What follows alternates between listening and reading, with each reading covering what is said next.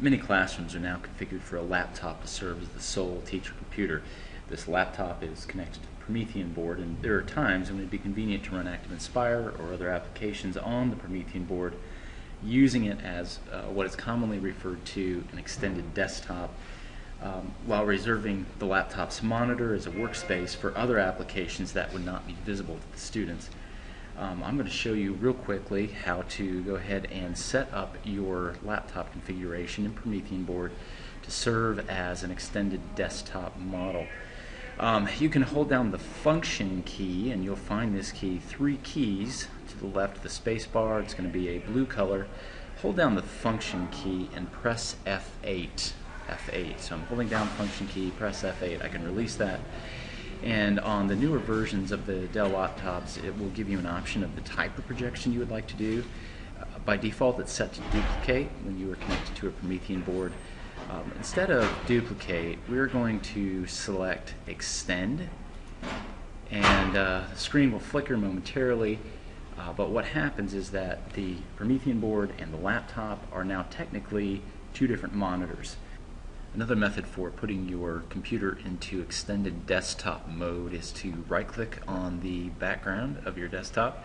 Make sure you don't right-click on an application, as that would give you a different menu, but right-click, and we're going to go down to Graphic Options, Output to, down to Extended Desktop, and then Built-in Display plus Monitor. You can also get to the same place by clicking on Screen Resolution and changing the Multiple Displays option, and down to Extend these displays. That will also work. Alright, once you're done, hit Apply and OK, and that's it. So, go ahead and get some applications over on my extended desktop. Simply select an application, and we'll minimize it here, and then drag it over and off what appears to be off the screen. It will actually leave the desktop of the laptop and will appear now on the Promethean board. And then once I hit full screen, that application maximizes on the Promethean board, allowing the teacher to use his or her laptop independently of what's going on the Promethean board. If you plan to use the Promethean board for students to interact with it, either they're doing some sort of activity or recording information as a part of an assignment, then you will need to align your Promethean board. So we're going to go ahead and calibrate. Many times folks will hold the pen over the flame on the Promethean board. The way you need to do it in this instance is to click the Promethean icon. You'll see it down in the system tray.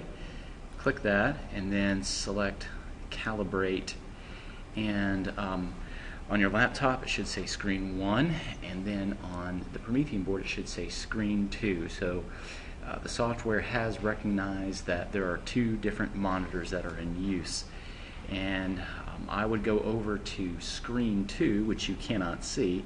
Looks identical to this box though, and you would click Calibrate this screen.